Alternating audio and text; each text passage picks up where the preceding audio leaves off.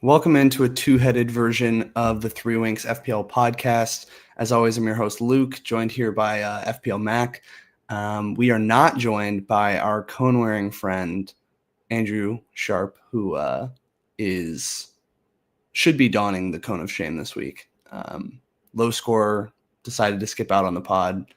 If he's listening in, then yeah, can't really defend himself on that one. It's a coward's move. Coward's move. But here we are. We're here to talk Game Week 13.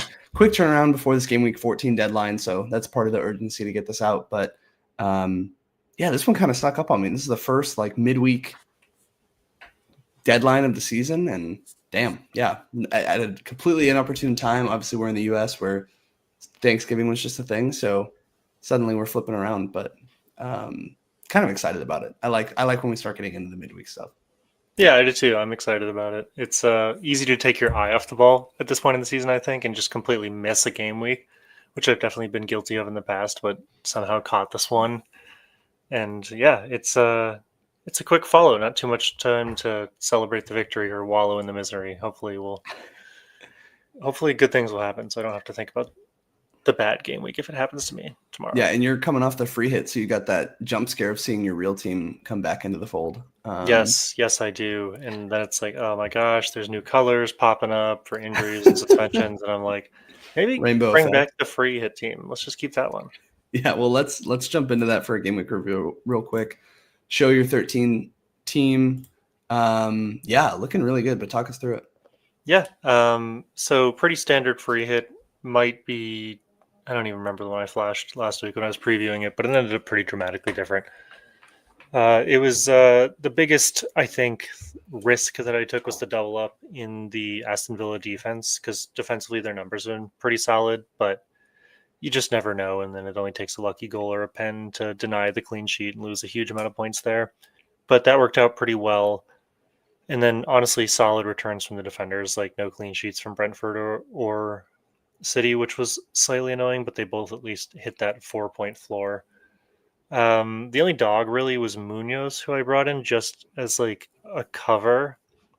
And I kind of regret that now, but that's mostly hindsight bias. There's a world where Munoz goes up and puts a couple on Man United because I think they're a fairly leaky defense. So yeah, and he definitely had his chances in that game. I think in general, he's a player where it feels like he should have more points than he does based on how attacking he is. But so far this season, he has not been worth the hype outside of a couple weeks ago. Exactly. And so I brought him in as a 1-week punt, just as a free hit, high spend, a lot of money. If I hadn't brought him in, I probably would have played 5 in the midfield. So considering how successful this game week was for me, an overall rank of 1.75K, I'm not going to, a game week rank that is, I'm not going to pick too many holes in it or woulda, shoulda, coulda, right? Yeah, there's a world 100%. Where none of these guys scored. I'm looking at a 20-point free hit. So not going to count my chickens after they've hatched. And who was the auto sub that you had for Salah? Because obviously he's the one Liverpool pick that you would think wouldn't be benched. And for the first time this season, we see a Salah benching. Yeah, when that lineup came out, I was terrified. It was Anderson, came on and got me 6 points, which was great. But I didn't really pick a free hit team with a deep bench. I was kind of like, oh, I don't really need care that much. All these guys will play. And then Salah gets dropped. I'm like, oh my God. If anyone else doesn't play, I have no one to sub in. So yeah, that wasn't great. Middling performance in the midfield. It's a bummer because I was looking at Odango Otara, and for Sade, and he obviously went off, but Sade was pretty involved. Can't fault myself there. And then Rodgers was just to have a Villa attacker. Their attack still isn't functioning at its highest capacity, so it's not too surprising that he blanked. But I think the fun stuff is the Foden and Thiago. Yeah. Thiago's continuing to just average a ridiculous amount of penalties, but he's actually doing okay outside of the penalties. But I mean, he's on 6 pens right now for this point in the season, and just as for some comparative stats in the Prem, Spurs got 3 the entire last season. So that's just a crazy amount of pens. I don't know if Brentford are doing to pens what Arsenal are doing to set pieces, but I mean, they're getting a penalty return, if that's what we want to call it, every week or twice a week at this point. Yeah, insane. And this week, he was the one who drew the pen. So it is an interesting thing. We talked about this last week of almost is he a sell high candidate? Obviously doesn't look that way at the moment, scores 2. But yeah, is it just that this team is more likely to gain a pen? Is it that their players are instructed to stream into the box and, are just getting more pens in that sense? I'm not sure. But to your point, that part of it seems unsustainable. That being said, yeah, he scores one from open play as well. And he just looks super involved. Like he's their main guy, and Brentford have looked just solid. So Yeah.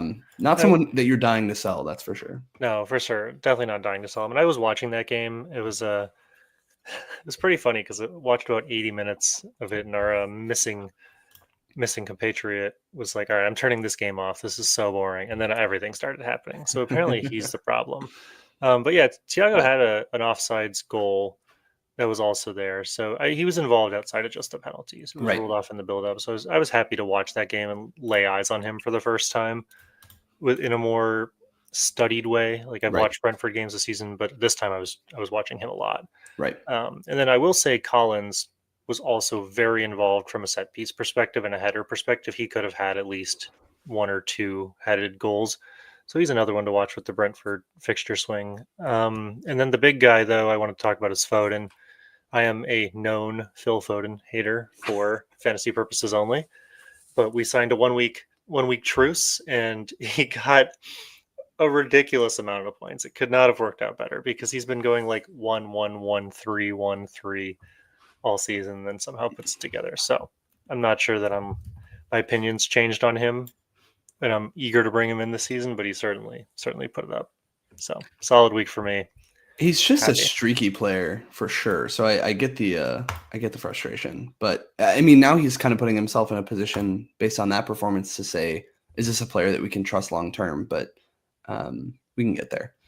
Just on the Thiago stuff as well, I think he reminds me of earlier season Semenyo, where it's like, okay, this player is obviously overperforming. They're performing at a level that's really, really high, and it's probably not sustainable, but they're still a buy. Like, you know what I mean? Even if he comes back down to earth and they stop getting a pen every week, he's still probably a good buy. This week going to Arsenal, but outside of that, I mean, Brentford's long-term fixtures are really, really, really nice. After this, they do Tottenham, Leeds, Wolves, Bournemouth, and then Tottenham again. So there's just no reason to not to buy him, at least after this week. Probably hold off if you don't have him for one more. And there's definitely no reason to sell him. I'm in a situation where I have him and am like scared to bench him almost against Arsenal. The last time I did that against a good defense in Newcastle, he popped off. So yeah, interesting times. Yeah. All right, I will jump to Sharp's team really quick and cover this. Yeah, so obviously no Nick Pope in the Newcastle lineup. Somewhat of a surprise, somewhat not. Curious to me of whether he was dropped for form purposes. I know you had kind of heard some rumblings about that, or if he was dropped for injury purposes, right? So he had that concussion. I think what Howe is saying to the press is that it was injury related, but I'm not sure if that's just Eddie Howe playing mind games. And to the point, if you were hearing that it was form based and intentional and tactically based, then I really wonder. Regardless, Sharp is in a tough spot with that one and likely looking to have to make a transfer to get him out unless he can survive one more week. Gahey not doing the thing. Yellow card, I think, is what brought him down to 0 and then conceding. Dan Burn doing just fine in that Newcastle defense. I think he got an assist. Is that right? I don't know. I unfortunately have no Newcastle defenders. Yeah, got an assist. That one. Yeah. So good day to be a Newcastle defender. Arsenal concede yet again. Minte, sorry, I have the opposite of the Midas touch, and as soon as I pick a player, they turn to shit. So no good on Minte. Gibbs White blanked, had some really solid chances, but blanked and then got pulled with a potential injury. It looks like he's going to be okay for the rest of the week. Semenyo with another blank. Want to talk about him in depth a little bit more. Bumo, another blank, Eze blank, and pulled a little bit early. And then Holland blank and Thiago obviously returning. So he had a rough one. Voltemade sitting on the bench here. I will say that benching is a little bit of a head scratcher to me, and I was thinking that earlier in the week, but you had to bench somebody, and it'd be hard to bench somebody like an Eze who came off a hat trick, or Bumo who's been so good at United. So tough week for him, but he'll turn it around, I'm sure. But yeah, I wish I was looking at him in the cone right now. That would feel real nice. It'd feel a lot better. I don't think we could have expected that Everton domination necessarily, but I agree that I probably would have started Walter. Yeah. But neither here nor there. Yeah. He's down in the cone where he belongs. All right. Over to mine. Double Arsenal defense. Again, yeah, they conceded. Not really sure what to make of that. This is the risk that you run right now. And we talked about, do you have 2 Arsenal defenders? Do you have 0? Kind of looks like 0 at the moment. They have been conceding. And for somebody like Raya, the argument for keeping a goalie of that price is that he's going to keep so many consistent clean sheets. And again, Midas Touch so far has not. Senesi, they concede again quite a bit, and Senesi gets his 5th yellow and is suspended for next week. I think that'll put a lot of people in scramble mode. Not necessarily me. I have some bench cover, so I should be okay. But more discussion to be had about whether he's someone you want to be keeping long term. Chow, man, finally I get some luck on the defensive side of things, and this is absolutely some jam luck.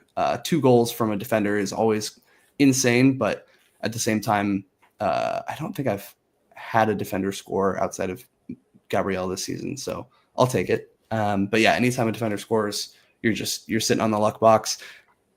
I think I want to talk a little bit more about Newcastle later. Of even though he returned like this is a player for me that might be on the chopping block in the medium term. Let's see, Saka with an assist, and I think he got some bonus or something there as well. Actually, maybe not. Let's see. Saka got just the assist, looks like. Sar, God, he has done absolutely nothing for me. He gets subbed off with an injury before halftime. Bumo and Minte, Mateta, Holland, and Thiago. Mateta, I don't know if you saw this, but he got a pen called that really probably shouldn't have been called, no contact. He goes and takes the pen, double touches it. So his plant foot hits it, and then he kicks it and he scores. And they catch that on VAR. And then I would think that would mean, okay, just penalty over, no pen. They gave him another pen to retake it, and then he scored the pen. Mm-hmm. So odd return for him there. Obviously, that's like the 6 a.m. game for us, so hard for us to catch that. But that's a wild one. Have never seen that before for sure. But regardless, somebody who gets a lot of chances. And then Dewsbury Hall on my bench, again, kind of trolling me, not only for scoring, but also wiping the Newcastle clean sheet that would have put Chow into the stratosphere with like a 20-pointer. But hey, can't complain with 16 points from one guy. Yeah, no, I mean, that Chow, I was watching that Chow game and just turned it off a couple minutes in. I was just like mad. I was like, I don't have any Newcastle defenders, and they're clearly going to destroy Everton in this. Interestingly enough, this is the second time this season that Everton have conceded 2 set-piece goals to the same person. So Chow got, I think, both of his goals off of set pieces against Everton, and that was interesting. And then on the Mateta thing, real quickly, before we jump too much into the games, that was a interesting thing. I hadn't seen that before prior to Atletico Madrid's Champions League game last year. Pretty famous, where Julian Alvarez touches the ball, and it was a situation, like you said, where the pen was over, and people were really upset about that. And so they changed the rule this year to allow a retake if the plant touches. And then, sure enough, something I had never seen up until that point, I've seen twice in like 6 months. So pretty wild to see that pen. And I was bummed to like not have Mateta on my team for him to score that pen, but oh well, I came out on top. It's all right. For sure. But I wonder about losing a player like Sar, what that does to a Palace attack. Obviously, they're starting to have a little bit more injury trouble and congested fixtures. I think also we've seen in recent weeks Mateta has been subbed early in some games. And so I worry going into this midweek fixture if somebody like an Nketiah who came on for Sar would sub for him. Alternatively, maybe Sar out guarantees more of his minutes. So it's unclear. For me personally, I don't think somebody I can really sell just because of the fixture. They're playing Burnley, and I have other fires to put out and only one transfer. But I wouldn't be too envious if I were you, because I think things are looking weird over at Palace for sure. Yeah, I mean, I have him in my team just for what it's worth. I just didn't have him in my free hit team. Yes. Yeah, I mean, I'm not rushing to sell him because of the Burnley fixture, but I do think that he might be gone as soon as 16. Yeah. Okay, so I guess we can touch on that Newcastle Everton game. I know this might be a weird thing to say considering they beat this team 4-1, but I will say something just didn't look right here from Newcastle and hasn't really looked right. It felt like the first half here, these bars past the halftime whistle kind of look like, Newcastle just takes off. But in the first half, it really felt like Everton was doing very well in this game and keeping it pretty even. And it was a lot of just back and forth action. And from a team that you think of as, a top tier defense and is somebody who should be able to stifle a lot of opponents. Yes, Everton are a lot better in the attack this year, but it just felt kind of basketball-y almost. And then in the second half, things kind of got away from Everton, but still Newcastle doesn't keep the clean. So from the perspective of honestly defense and attackers, I think it's been a tough go for Newcastle. And they don't look locked down. They look like they're giving up big chances. Everton are finding ways to create in this game. And then on the flip side of it, I feel like you're not getting huge chances for your attackers. That Voltemade goal was beautiful, something to watch, but a little bit of a misnomer, kind of gets into open space and is able to chip one over the keeper's head. But yeah, I don't know. I don't feel incredibly confident in this team going forward. Fixtures, again, do start to turn pretty nicely. So maybe it's worth just keeping the faith for a little bit. But I don't know. Just along the lines of somebody who's watching this team with a really critical eye, because I've owned their defensive assets for a while now, I'm not loving what I'm seeing. But hey, 4-1 victory. I have the defender who scored, so I can't be too upset. But I don't know. What are your thoughts on Newcastle or Everton? Yeah. I don't know. I agree and I disagree. Like, I agree that the score positively it puts the result for Newcastle in a more favorable light than I think the performance that I was watching dictated. I don't necessarily think that Newcastle should have won that game 1-4. In fact, Everton had some pretty solid chances a couple times that I just think a team with higher quality opposition would have put away. But that's why Everton's a lower in the table team, is because they don't tend to put away those chances. If they did, they win more games and stuff. So I think the game reflected about what I'd expect, barring just how many goals Newcastle won by. I expected this to be kind of like a stodgy 1-1 performance, and it just wasn't. Yeah. That being said, I've been pretty high on Newcastle for a little while now, and I think that's just purely because their starting defense is coming back, and I think that is going to more positively benefit them. The attacking has been a little bit questionable because Elanga has 0 goals and Gordon has not had a lot of contributions, but Barnes is coming in and looking a little bit better. We're starting to see the defense come back in, and Elanga should have scored a minute in, so it looks like he's getting a little more involved. So I'm not entirely out on Newcastle. I'm not rushing to get them immediately, especially I think this week they play someone decent. They're playing Tottenham. Okay, so they're playing someone not decent. So I don't know. I'm not rushing to get them, but I think that the fixtures do turn, and that turn coincides with the turn for a bunch of players we might have, and I might just be picking one of them up within the next 2 weeks, anyways. Yeah, I think tentatively my plan was to bring Mateta to Voltemade at some point. Mm-hmm. Welbeck's obviously putting his hand in the air as well, so we'll see which of those guys. But yeah, I mean he'll still be an option. Obviously, he finds the back of the net in this one, so definitely still really integral to what they're doing. I think I just have higher expectations for a team that you think of as, top 4, top 5 side, something like that. And but I could just be looking at them with a critical eye. On the Everton side of things, my boy KDH, I feel like I'm the in-house representative, but this week especially, he looked incredibly involved. The past couple weeks, really, he looked incredibly involved in the attack, and all season I've been drumming that and saying that he is, just for his price, somebody who's very involved in a decent Everton attack, right? He takes set pieces. He's on corners. He's involved in the attack, but in this last couple weeks especially, it feels like there's a tactical shift to make him, he's pressing more, he's just higher up the pitch in general. And I really wonder if that has to do with just their lack of output from their strikers and feeling like they need a little bit more juice there. Regardless, if you're in a position like myself where you have Ismail Assar flagged on your bench or you need to get rid of an AFCON defender or anything like that, I think he's just a great pick. Somebody who they have pretty solid fixtures, and he is cheap is the main thing. So, and he's been returning, obviously. Fixtures are Bournemouth, Forest, Chelsea, Arsenal, Burnley, Forest, Brentford, Wolves. So long term, they turn pretty solid. You do have that Chelsea, Arsenal in 16-17, but yeah, again, he's somebody that you can bench, you can play. It's either way. Yeah, I also do want to add that I think what you're seeing with the eye test is reflected with the stats for KDH. Like, I pulled the numbers from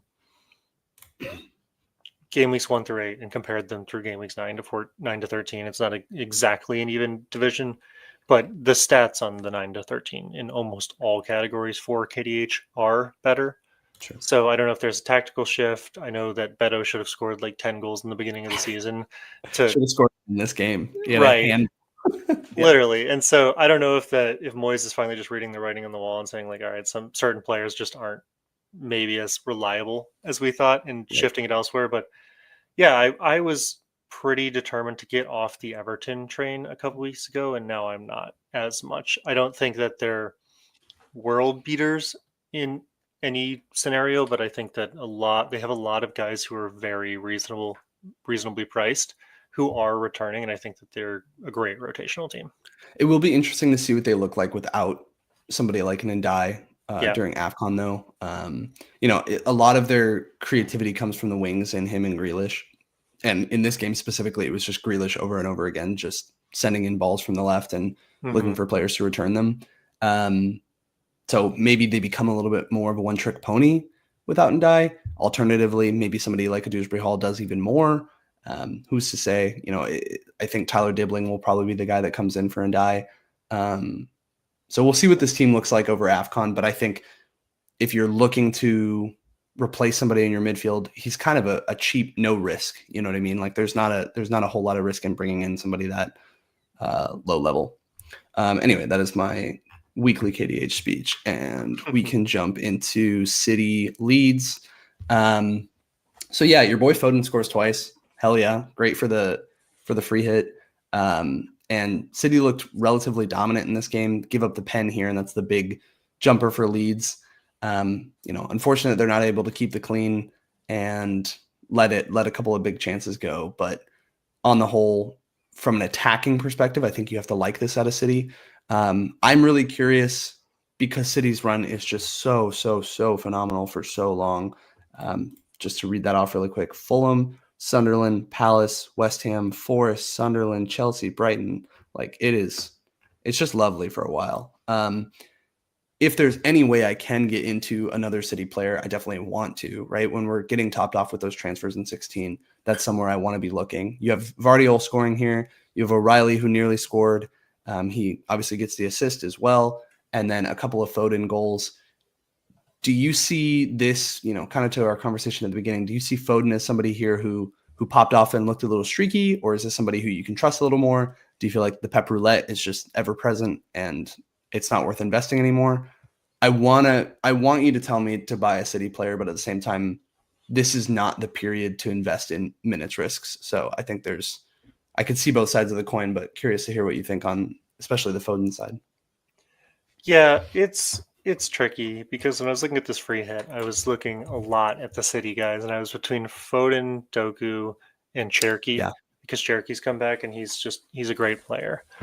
The numbers say pick Foden, and that's why I did. Like all the stats were better, and that turned out to be a great decision. But what I don't, and the reason I'm a Foden hater for fantasy purposes only is just because, well, he's evidently a great player. He's not a very consistent one. Right.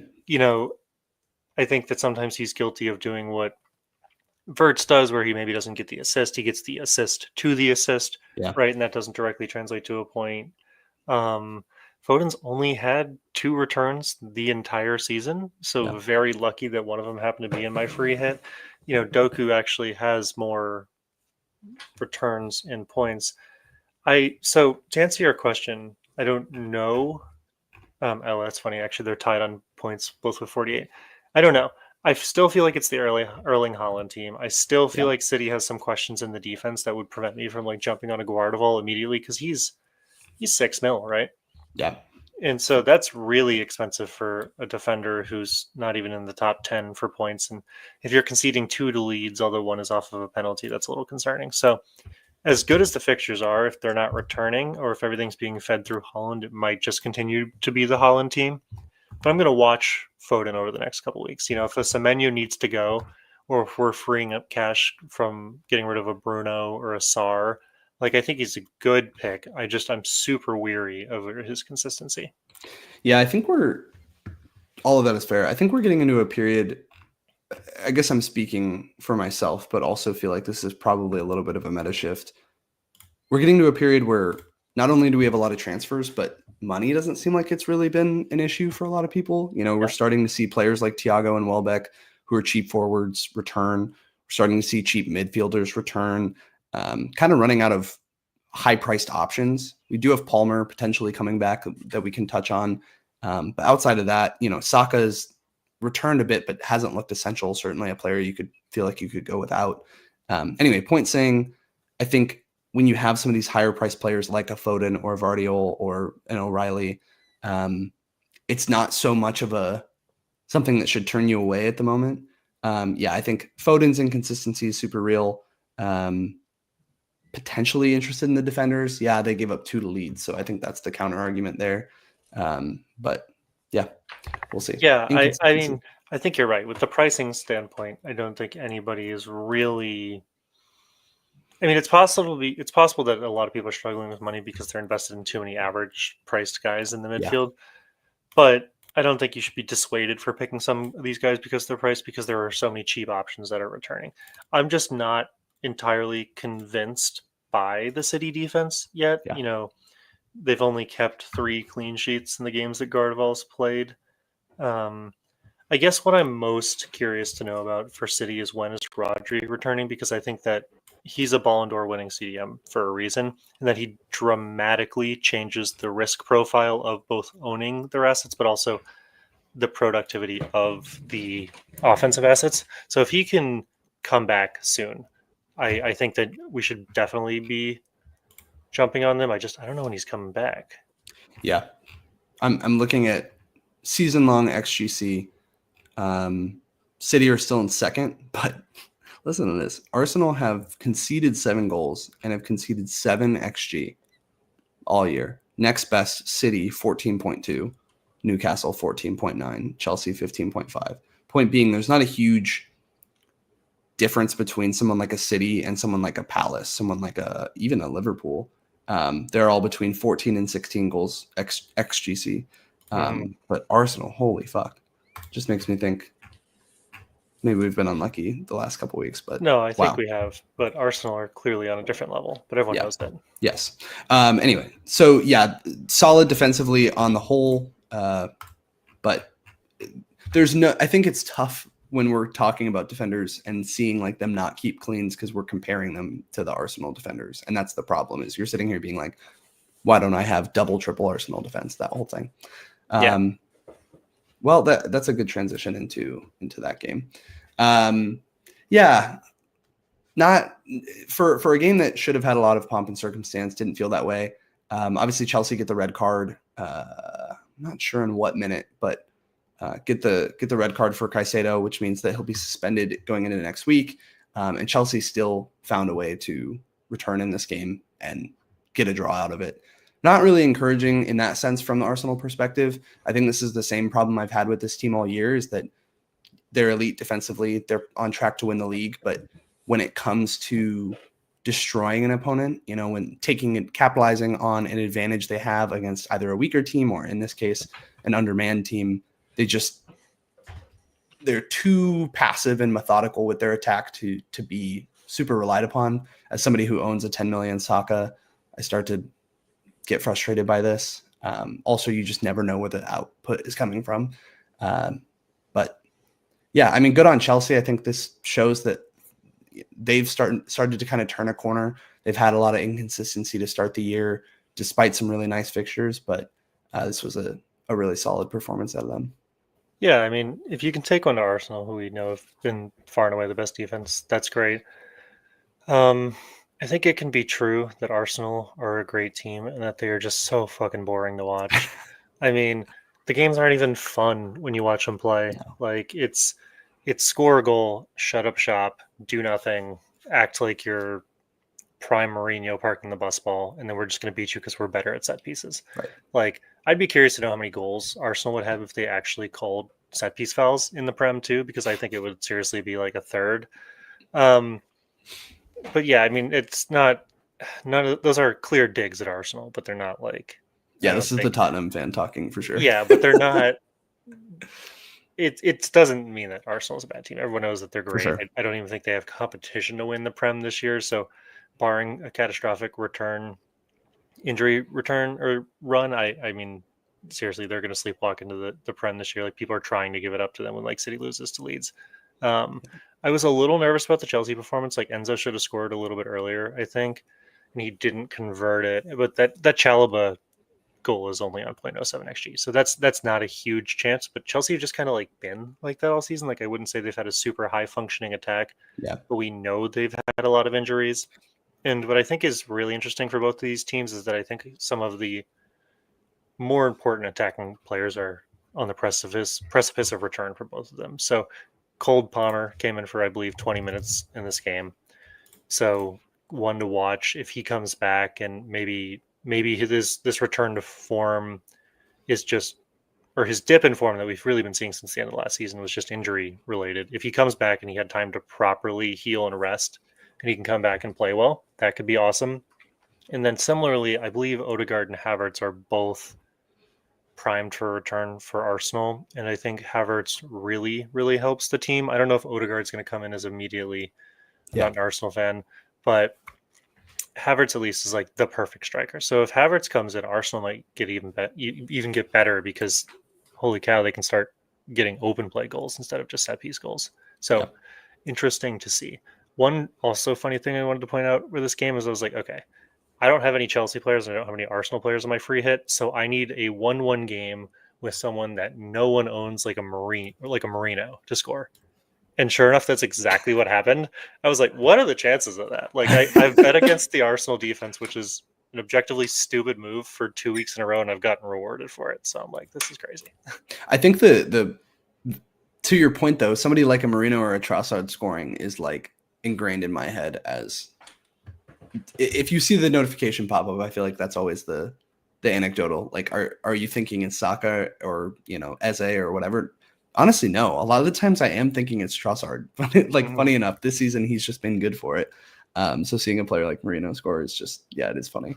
Yeah, it wiped out the Chelsea clean, so anyone who had that got punished. And I was like, all right, that was best case scenario. Lucky, gonna wipe my hands clean with that one, but works.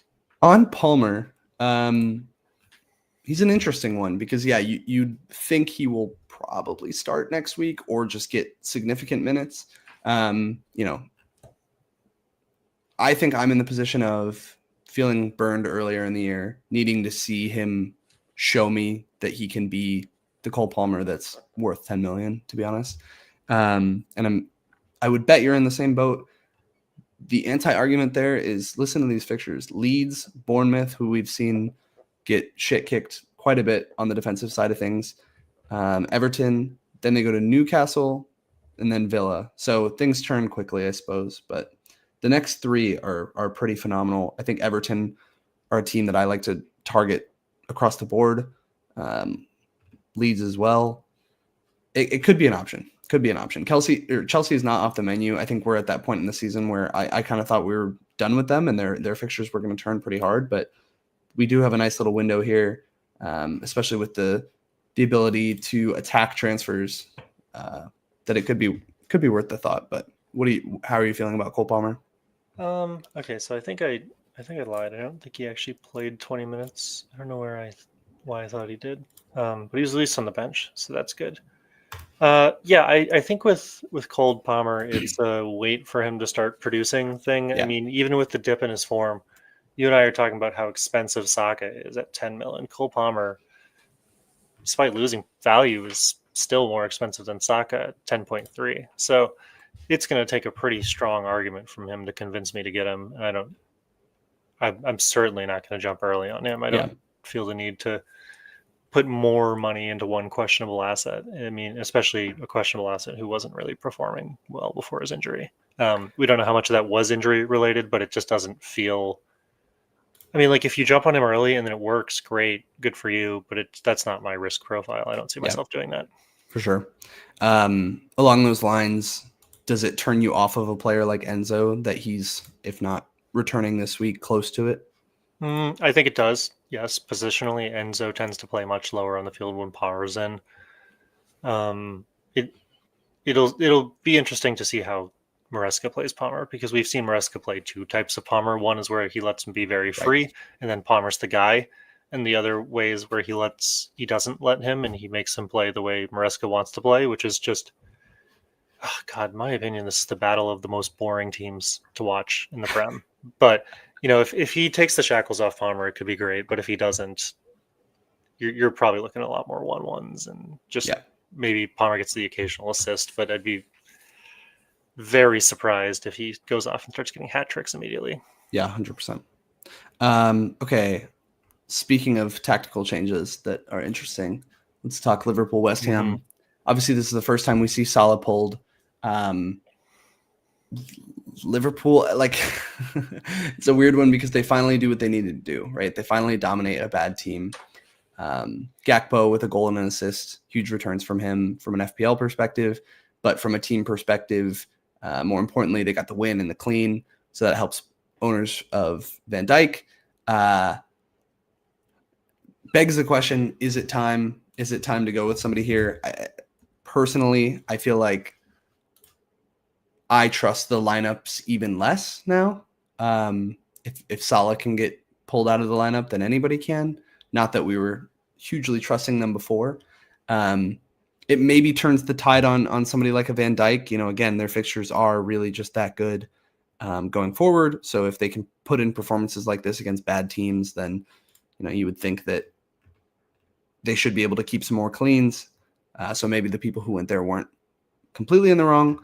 I don't know. How do you feel? Like, is there anyone in Liverpool that you'd be looking at? Just for a reminder, their fixtures are Sunderland, Leeds, Brighton, Tottenham, Wolves, Leeds. Just beautiful.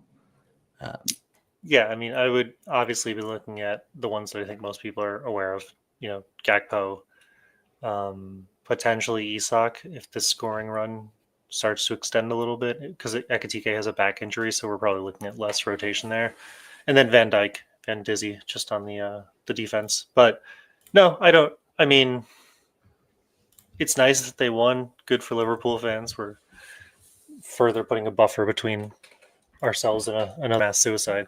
But like, they have not been very consistent. Those chances that they scored are relatively low XG. Now I know that they're great players, and great players tend to put away that XG. I do think that Slot is lying through his teeth, though. I think that dropping Salah was a tactical decision. It could be prep for AFCON, because the Egyptian coach has said that he wants him as early as December 14th for Nigeria friendly. So, I mean, Salah could miss almost the entirety of December. Like, he could be gone within a week. But I don't necessarily think that's a problem for Liverpool, because if he hasn't been performing and they just say, all right, we don't need to worry about playing Salah anyways, we can just get some consistency, that might be good. Yeah. This game just unfortunately doesn't tell me anything more about Liverpool, because West Ham are bad. So Right. Sorry. No, I was just going to say, I think, Salah being out then guarantees more players minutes, right? So in theory, it gives a little bit more guys more security. If I was forced to jump on one of them right now, I would maybe look at Van Dijk. Like, gun to my head, if I had to pick one, Van Dijk would be it. But I don't know, man. One win against West Ham does not make it a return to form, right? Right, 100%. I think the Gakpo one is interesting as well. I go back and forth on whether I'm tempted by a player like that because of exactly what we just talked about, the minutes risks. But I feel like we've been talking about him being a potential minutes risk all season. And yes, he's had the occasional come off the bench performance. He's played 45 once and 34 once and 60 once. Otherwise, he's played 90 every game. So it's hard for me to imagine him just suddenly getting dropped. But you're investing in Liverpool attack, which is definitely playing with fire. So yeah, heard on that one. Yeah, I mean, I actually think that if they do opt to drop Salah, Gakpo minutes become more secure because then they're playing Verts on the right side. Right. I mean, do they have a backup right wing for Salah? Is it Verts? Is it Gakpo? Like, is there anyone who's actually in that role?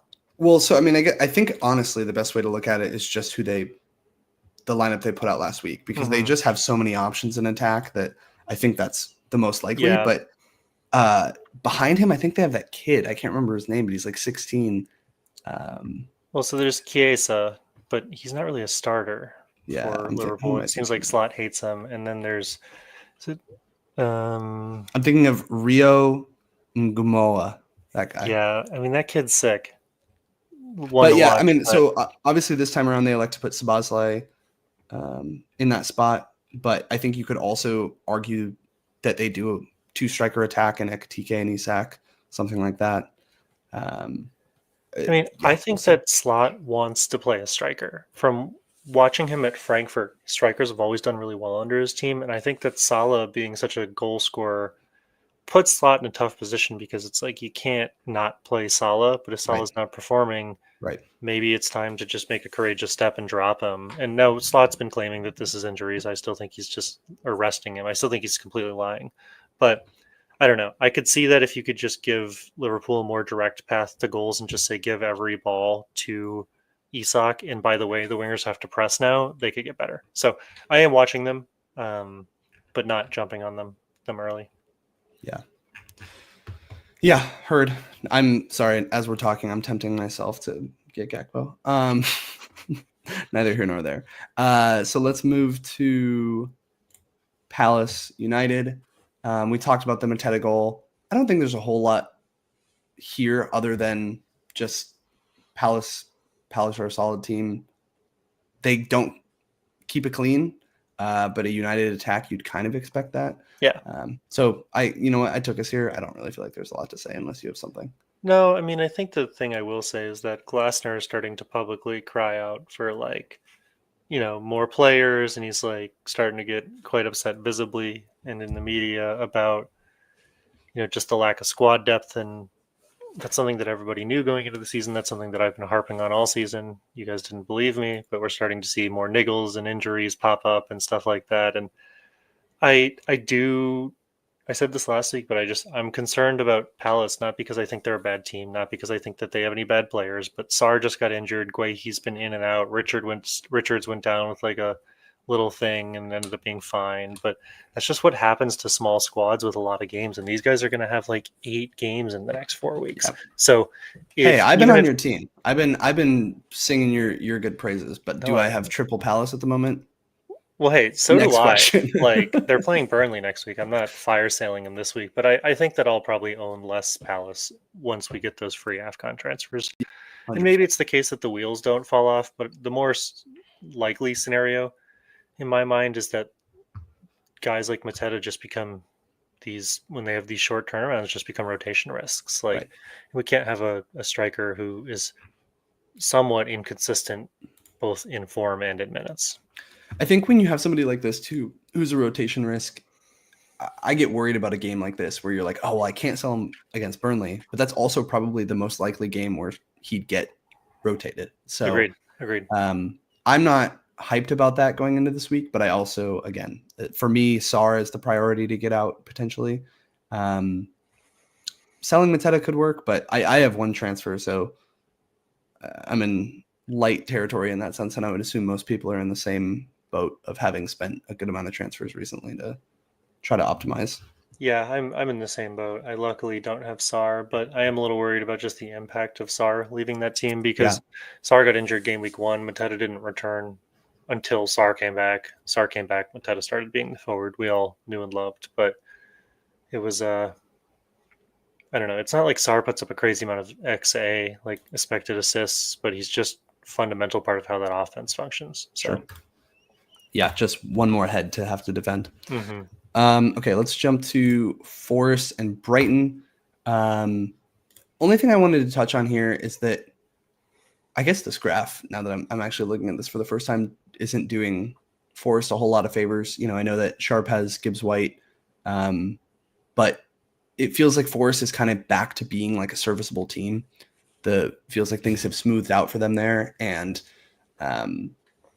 they don't keep the clean. I would be curious to look at their DEFCON numbers from this game, but players on your mind would be a Morgan Gibbs White, would be an Elliot Anderson, would be potentially what's his name, Igor Jesus, their striker. Yep. So just food for thought in that sense. Let's see, what are their fixtures over the next few? They play Wolves, Everton, Spurs, Fulham, City. Yeah, so Everton, Villa, West Ham. So good fixtures. Pretty solid run. Again, I think the same thing that we talked about in the preseason with this team of like all the appeal of some of their players, maybe a little less defensively at the current moment, but I could see that turning a corner.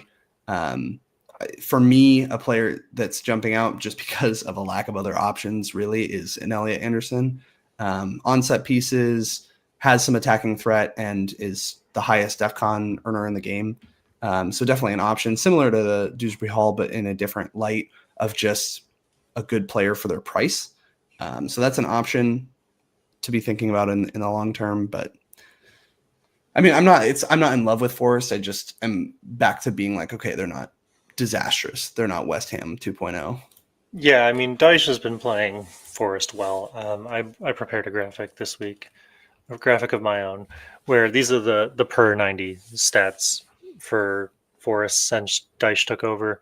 And I mean, in basically every category, they're doing significantly better. Now, a lot of this is probably watered down a little bit because the team under Ange was so bad that they weren't doing good in anything. But I mean, just from when Dyche took over, they're scoring more goals, they're getting more assists. From a fantasy perspective, they're getting a lot more points.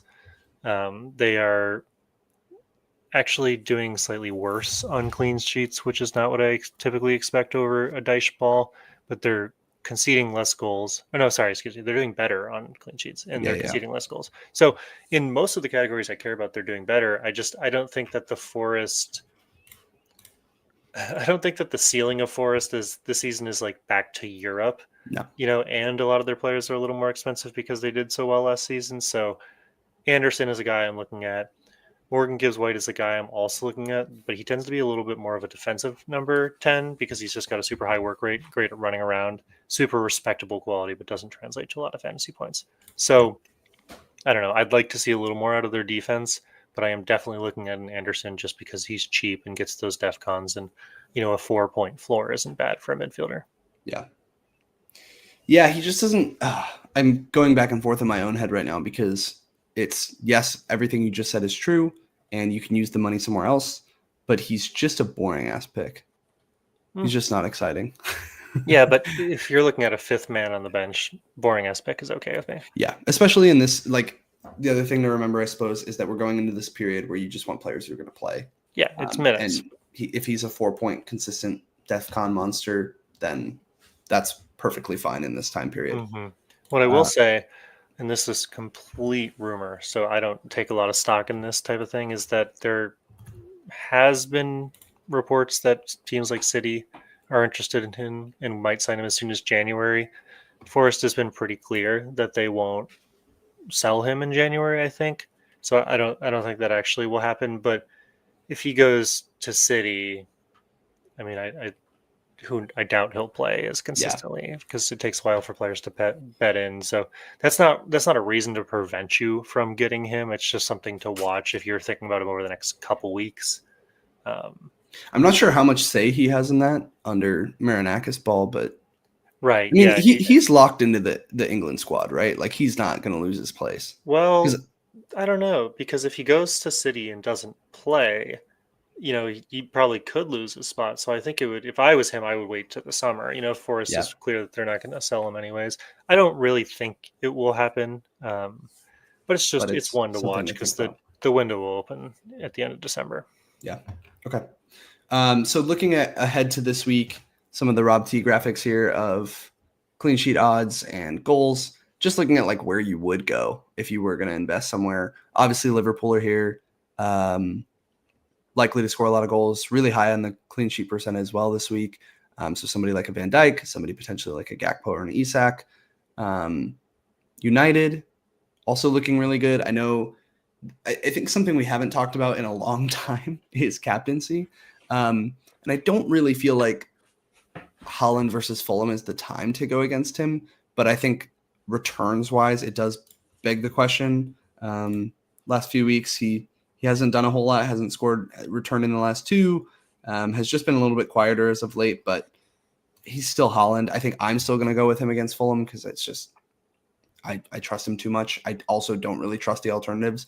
But if you were looking at one, you could argue for a Liverpool attacker. You could argue for a United attacker, someone who's quietly been ticking along, or not so quietly, depending on where you're listening, is Bruno. And then on the Arsenal side, pick your poison. Some people would say Saka. As an owner, I wouldn't. But Yeah, I mean, I think the reason that it's Holland for me every week is not because it's the boring choice or because it's the safe one or to hedge my bets against other players. It's just simply that he's one of the few players this season that has the opportunity to return in a big way going forward. It's a lot of these players could score, but when Bruno returns, it's typically just a goal, or when Soccer or returns, like an it's assist, typically yeah. just a goal or an assist. Versus Holland has the potential to go off for two or three, which is generally what you want to see in a captain. I agree his returns have been down, but the counter argument to all the teams is you just listed is basically inconsistency with all of those other teams, Liverpool, United, or Arsenal. Even though they are putting up goals, they're also coming from a very mixed array of players. We don't know if they're one talisman necessarily, and those guys are just as likely to blank, if not more, than Holland on a weekly basis. Yeah. Yeah, the Bruno continues to be a frustration. Scores two assists this weekend for 11 points, but balances that out with, I mean, he's the DEFCON guy, but before that you have returns of 2, 5, 5, 4, 8, 3, and then -1, which is back when I owned him. Yeah. So he's just the same. But Boom has been entirely disappointing for me to own, so I kind of wish I just stuck with Bruno versus swapping them up over the course of a couple weeks, but woulda, coulda, shoulda, he's still not that convincing. Yeah, especially because we have AFCON coming up, and in theory, Bruno just gets better from that. We'll see, but I don't know. I'm curious to see if that's something where they, honestly, I could see him just staying where he's at positionally, but I could also see it being that you put, assuming Sesko comes back, you put him back at striker, and you do dueling tens of Cunha and Bruno, and then have, I don't know who they'd throw in at 8 though. So yeah, maybe we haven't seen this team without Bumo yet. He's played every minute of every game, so it'll be really interesting to see how that tactic change comes from Amron. And he's arguably, Bumo is arguably their most important player going forward. So that alone is going to cause a disruption. Now, AFCON could be as short as a week for Bumo. Yeah, probably not, but whenever you have disruption in a period of heavy fixture congestion, I always get a little worried. So yeah, and the only positive is that for United, the fixtures are the least congested, just because they're not involved in Europe, so they should be okay. Yeah. But their upcoming fixtures, regardless. Forget about AFCON for a second. Like if you were somebody who was looking at getting a Bruno, it's West Ham, Wolves, Bournemouth, who suddenly, I guess I didn't really touch on this, but suddenly is a team that I'm like, I really want to target. In this Brentford game, they let up almost 3 XG, and they've been doing that pretty consistently of allowing just a ton of chances. I know as a Senesi owner. But anyway, West Ham, Wolves, Bournemouth, and again, then they jump into that Villa, Newcastle for a couple of games. But then back into Wolves, Leeds, Burnley. So on the whole, some pretty nice fixtures over the long term here. So could be worth investing more highly in that attack. Yeah. I still don't want any piece of the defense, but. How are you feeling about playing your Chow versus Spurs? Tell me if, I mean, obviously I'll defer to you on the Spurs side of things, but I'm totally fine with that. I feel like Spurs have not been someone to scare me off from the attacking perspective over the last few weeks. It seems like they're just a team that doesn't have a lot of options when whatever their strategy is for the week for how to attack doesn't work. It doesn't feel like they have a lot of alternatives. So it seems like they're relatively easy to shut down. On the flip side of it, talking about Newcastle and talking about how they just haven't looked incredibly solid defensively, that's something that's on my mind, but I think I'm fine to play him this week. Definitely not my biggest concern. I think I'm more concerned about players like Minte versus Villa or Thiago versus Arsenal. So yeah, I'm happy to sub him in for a week and kick that issue down the line. But if you tell me something different about Spurs, I'll definitely listen. Nope, I got nothing different to say. I think that Spurs have been abysmal. They're not putting up a lot going forward, and I think that this is probably one of the ones where the fixture tickers are giving Spurs more credit than they deserve.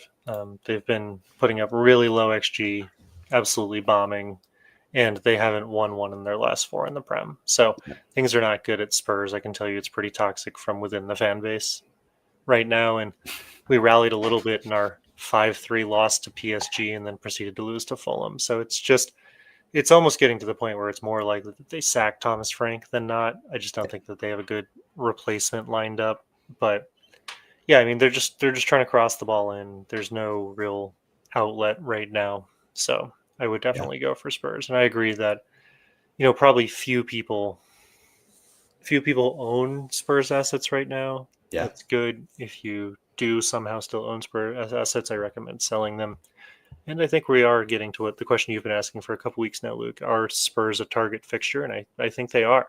Yeah. I think from the defensive side more so than the attacking side. Like, I don't feel like they're incredibly leaky. I just think I'm comfortable to start a defender against them. Yes. And famous last words, but that's where I'd be at. No, I mean, it's just this tale of two stories where there's not a lot of energy or a lot of quality in the more experienced players, and then when they play the kids make dumb mistakes, and so Spurs are just going to be inconsistent for a while, I think.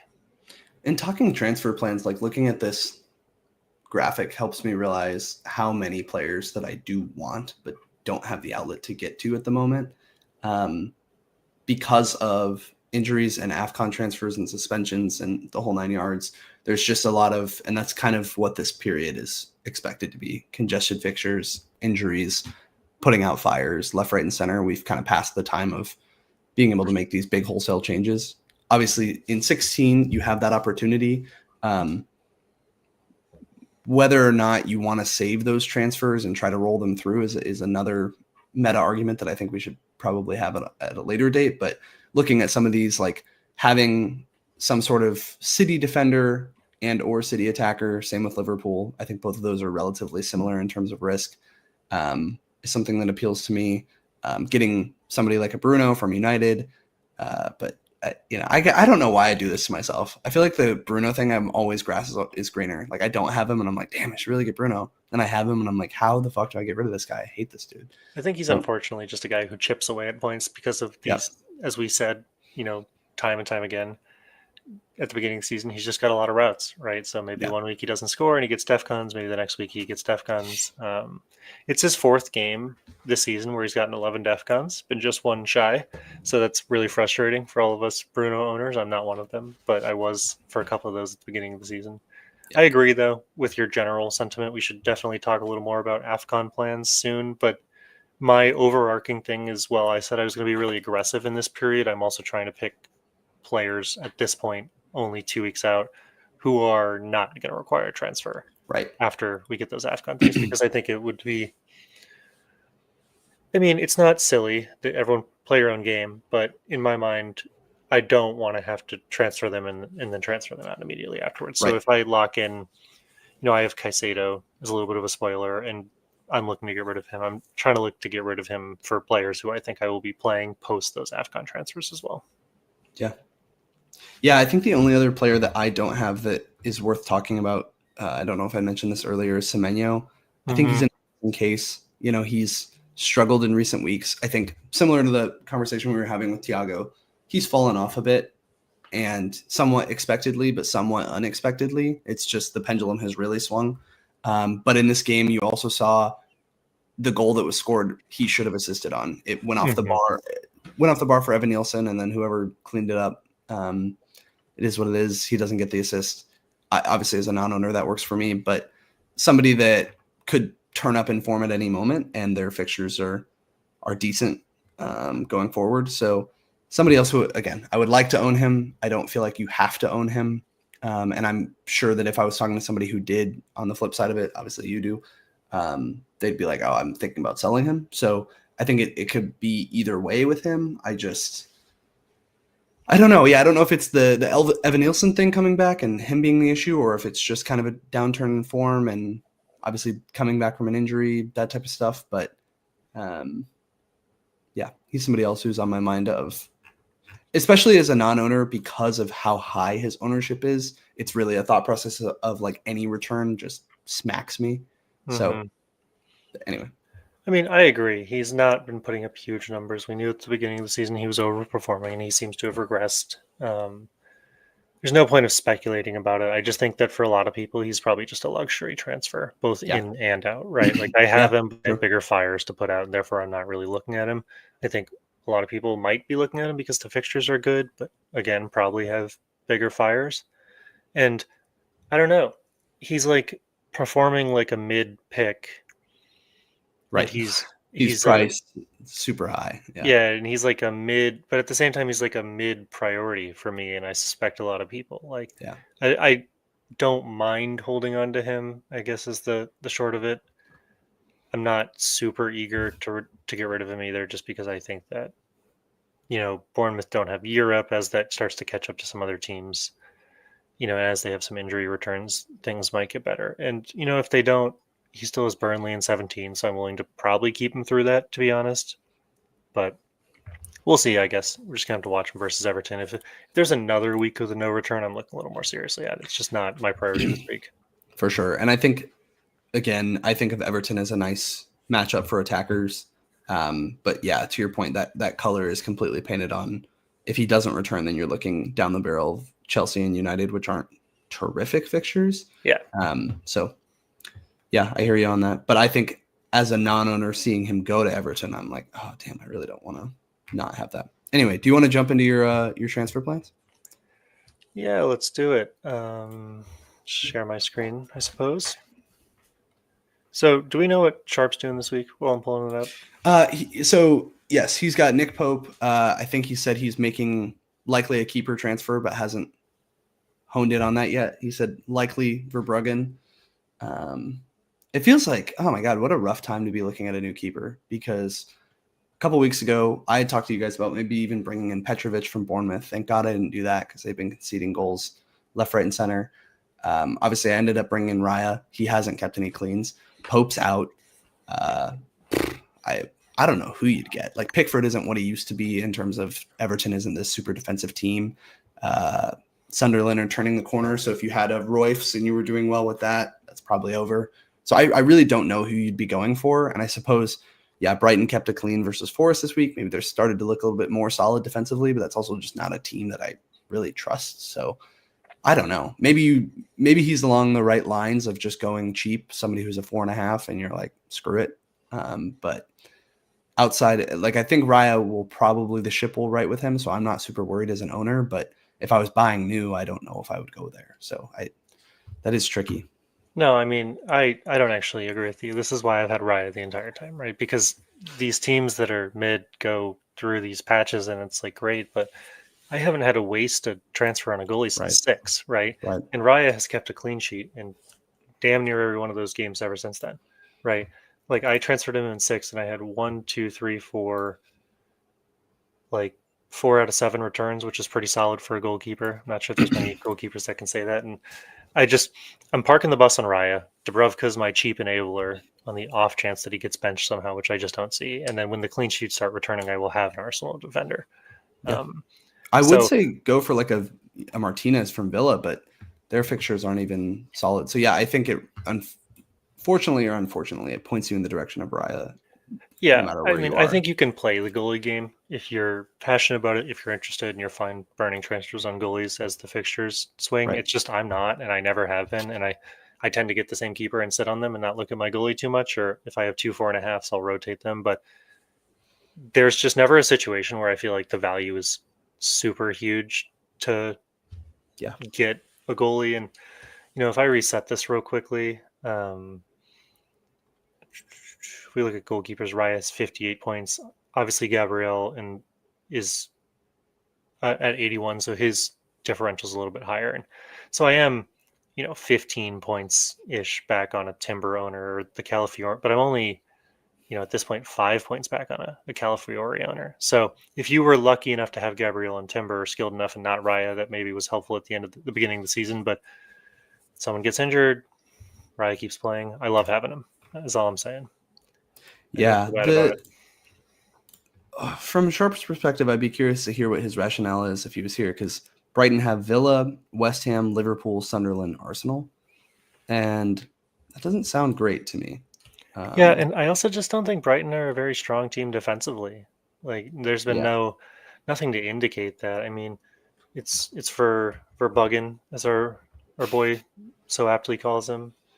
I think maybe the thought process is that they rotate nicely ish. Yeah, So in the week that Brighton play Liverpool, Burnley play Fulham, and then in the week that Brighton play Arsenal, Burnley play Everton. So not ideal, but I guess if you wanted to just say, hey, go cheap and spend the money elsewhere, I don't hate that. I hear what you're saying. Um, if I was in those shoes, obviously I was in those shoes 2 weeks ago and I went Raya. Um, the only other like semi-premium alternative that I actually think could look nice would be Donnarumma. yeah. They have pretty good long-term fixtures, and there certainly City is no Arsenal defense, but I could see the appeal if you wanted to go there. If you I couldn't mean, afford Raya or something, the thing is with goalkeepers is their number one route to points is clean sheets. right? Therefore, in my mind, I want the goalkeeper who has the highest likelihood of going for clean sheets. And if that's not Raya, I think you just need to take a look to see who you think that's going to be over the next couple weeks. My concern is that there's just not a lot of teams that are keeping a lot of clean sheets. We No, thought it was Bournemouth for a little while, but they've fallen off. City still ship one or two every week. Liverpool still ship one or two every week. Chelsea get red cards like it's nobody's business. It's crazy. So I don't know. Goalkeeper is not the most important position. I wouldn't stress about it too much. If you can rotate it, sure. But I mean, Brighton only have 3 clean sheets all season. yeah, Who are you rotating that with? Dubravka. Burnley have 2. So even if yeah. it's a rotation option, how good of a rotation option is it? And I don't know. I think it's easier to get into a Raya now because we don't have Gabriel. I understood the argument when the whole back line was healthy for Arsenal, but now I think it's actually boosting his case. Well, and Sharp's already on. Oh, that might be his problem. That's why he can't get Raya, is because he's got triple Arsenal already. So he'd have to make the double move in order to get a new keeper. So Yeah. I think he's on one transfer. He's got Saliba, which is another problem potentially, and Timber, and then Eze. So he's not able to get directly to Raya. Not to mention potentially the cost is an issue. So I think if you're in a situation like that, I understand going someone different. But I do agree with you on the whole. Like if you had a wild card team, like it's Raya, and it's not really a question. Yeah. Yeah. Anyway, No, and I think there's probably more people who are in Sharp situation where they have 3 Arsenal defenders. I'm the right, weird one who hasn't, and right, so far I haven't been punished against that. But they are playing Brentford this week, so right.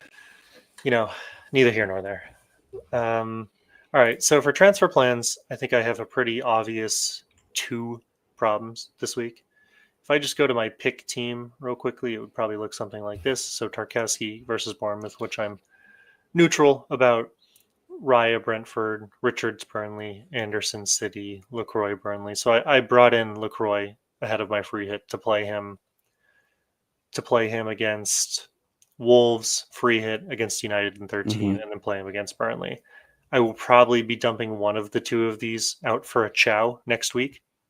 Whoa. Whether or not I do it this week or not is TBD, but that could also be a Senesi. We'll just have to see. Yeah. But I'm not planning on keeping the double Palace defense for a long time, especially because their fixtures do turn a little bit. Okay. It's just if I want to rotate one of them out, it's hard to rotate two of them out. It means I'm basically forced to play at least one of them every week. But we'll get there in later weeks. Soccer versus Brentford, I'm fine. Minta versus Villa, I don't actually expect good things. Like that's not a game that screams a lot of returns to me. Villa have been pretty decent defensively. Bumo versus West Ham is obviously great. I'd love for him to remember how to play soccer again, though. Ever since I brought him in, he just hasn't returned. And then Semenyo. So, like, a lot of questions, but I also feel like I have a lot of players that a lot of other people have. The two biggest transfers for me to focus on are this Caicedo suspension and the Senesi suspension. I think my priority this week has to be the Caicedo transfer because he's suspended for 3 games and his value is just going to plummet. Got it. Because anybody Crazy. who has him is... By the way, can we just talk about? I don't get that at all. Like, I'm sure there's the bylaw about him being studs up or some shit that makes that 3 games. But if you watch that tackle live, like that is, I play pickup soccer and that shit happens 3 times a game. Like I don't know what that was. Yeah, crazy to me. I mean, it is like a studs up kind of thing, but it wasn't even like it was. He wasn't like sliding and his studs weren't up in his knee or something like that. Like he looked like he went into the tackle, mistimed it slightly. Player's foot was a little further forward than he anticipated. Like I genuinely don't even think it was intentional.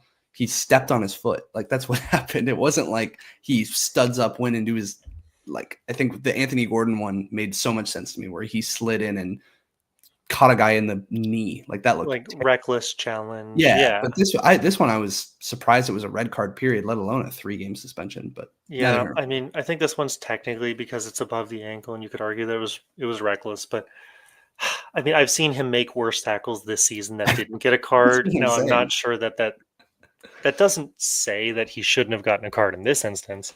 Maybe this was the correct call, and he should have also gotten a card in those other ones. But 3 games out, I can't have him, right? Especially bummed because he was going to play Leeds and Bournemouth and Everton in those 3. Yeah. And then the fixtures turned.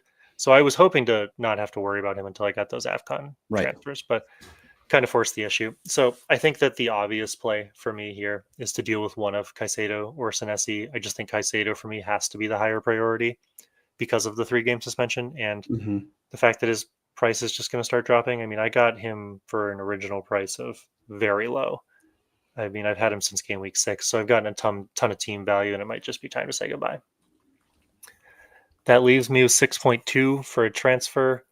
If I look at the available, I'll filter this out a little bit. We're in basically the same boat then. That's what I'm getting from this. If I look at the basic and affordable midfielders, the only guy I can really go for without taking a hit, who I think I actually want to go for, is Mr. Boring. It's Anderson. So I think this is my pick. I think this is what I'm doing this week. I want to hear your thoughts on that, but you can't afford Declan Rice. I saw that him listed too. No, I have 6.2 and he's 7. So I could afford him if I were to take a hit. I just don't know if I need to this week. No, I can't really argue with you there. I was thinking of going the same spot. I don't like it. Like I'm not excited about it. But again, this is probably the time to be making boring transfers if you're going to. Yeah, I mean, so my thinking on Anderson is, like I said earlier, he's not only a boring transfer, but he's a boring transfer with some winnable games coming up. And he's my 5th man on the bench. And sometimes if I can just lock in a 5th man for a period of like 10 games where I'm comfortable playing him in most of them, that's good enough. Like there's the occasional fixture in here that I wouldn't want to play him to, like City and Arsenal in 22. But Arsenal's 8 games away, and if push comes to shove, I'm fine playing him in every other game, including City, even if that means he just is a DEFCON magnet. Because it's not that punishing for a midfielder to concede a goal. And if he plays 90 minutes and DEFCONs, yeah, that's pretty solid. I think that's what's happened in this Brighton game. Even though they lost by 2, he got 2 bonus points. He got DEFCONs and he got the minutes played points, and that's 6 points. So it seems like a low floor pick. Yeah, I think not necessarily trying to dissuade you from going Anderson. Like I said, I'm also looking at it, so I'm not against it. The alternative would be a Dewsbury Hall. Reason I say, I think he has better attacking threat. They're very similar players in a funny way because they're both on corners. They're both relatively cheap. And I would argue that Dewsbury Hall has a little bit more attacking threat, but a little bit less DEFCON. That being said, he has achieved DEFCON in the last 3 games. So with 14, 13, and 10 DEFCONs respectively. So whether that's a trend or a blip is hard to say. Fixtures are, I would say, similar to the Anderson ones. Anyway, it's really a tomato. They're very, very, very similar. I think you could go either way. But yeah, if I were you, it'd probably be between those two. And for me personally, I would probably go Dewsbury Hall. But I also know that you've been riding the Everton train probably more than you'd like to. Oh, it's Dewsbury Hall. I always thought it was Drewsbury. Just watching me try to type that out for time. No, I don't disagree with anything you're saying. To be honest, I hadn't even considered him. So Yeah. looking at him a little He's bit a now. look. He's a look for sure. And just again, like, go back and watch this week's highlights. And I mean, it's been true for the last few games, but he is so involved in their attack. Like, I agree. I was watching him, and he's really great. He's a good player. I am a little worried about his underlying statistics, just in the sense that like some of these games he's returned on has not gotten good numbers. Like this United game where he got 13 points, he was 0.0 08 xg and 0.01 xa, and a little bit better versus Newcastle, but that was much more of an open game. So yeah, I need to go watch that goal against United again because yeah, it was pretty low. So I don't know. I actually don't hate that. I might need to look at. Yeah, I would I would dig deeper into each one of them. I think I really do think it's a coin flip because they have. If I look at the fixture ticker for the next 8, Forest are in 4th, and Everton are in 8th, right? So it's relatively similar in that sense. Again, attacking threat versus DEFCON. Like with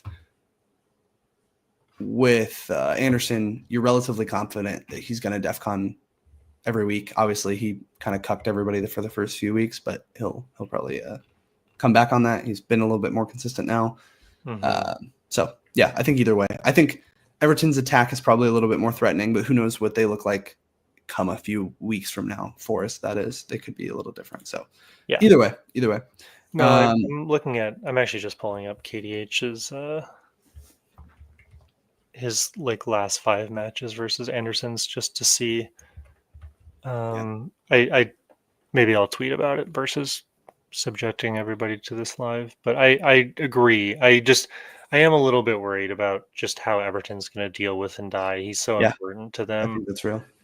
But I think you're in a similar meta perspective to where I'm at with this transfer, where it's kind of less than ideal to be making this right now because your options are so limited. You're looking at like a Dewsbury Hall or an Anderson that you may not actually want. It's what if I had 2 transfers, what I would love to do, obviously I don't have Semenyo in your case, but would be to downgrade Asaka and then upgrade the mid that is out, as well as, so bring in 2 like mid-priced mids as opposed to just going to a substandard sub-6 mid. So obviously it's probably not worth that for a hit, especially when Saka is about to go play Brentford, but it does tempt me to maybe roll just so that I could do that next week for free. Obviously with the prices you mentioned, like I'm in the same boat. I think SAR will go down. Somebody like an Anderson will probably go up. So it probably benefits us to go for it right now. I would want somebody better if it was really up to me. So I think there's an argument to be made there to roll as well. No, I don't disagree, because one of the problems that I have is that I agree that if I had 2 transfers this week, it would be a lot better, because then I could take out Asaka, bring in and next week he goes and plays Villa, who've been pretty solid defensively as of late. Then I could bring in a Bruno, who's been great, someone I'm eyeing on. He plays Bournemouth in 14. And then, I could bring in an Arsenal defender. I could make that call and get rid of Senesi this week and bring in an Arsenal defender, or make the call to get rid of a Tarkowski this week and bring in an Arsenal defender. Like, Tarkowski's got to go. His fixtures are bad. I don't want him on defense. I don't think Everton clean enough. So when are you planning this Palace defender out? Is that one of your 16 transfers? Or it's one of my 16 transfers, okay. Yeah. I brought him in. I'm going to, because next week they play Fulham, so I'm fine rolling the dice on that one.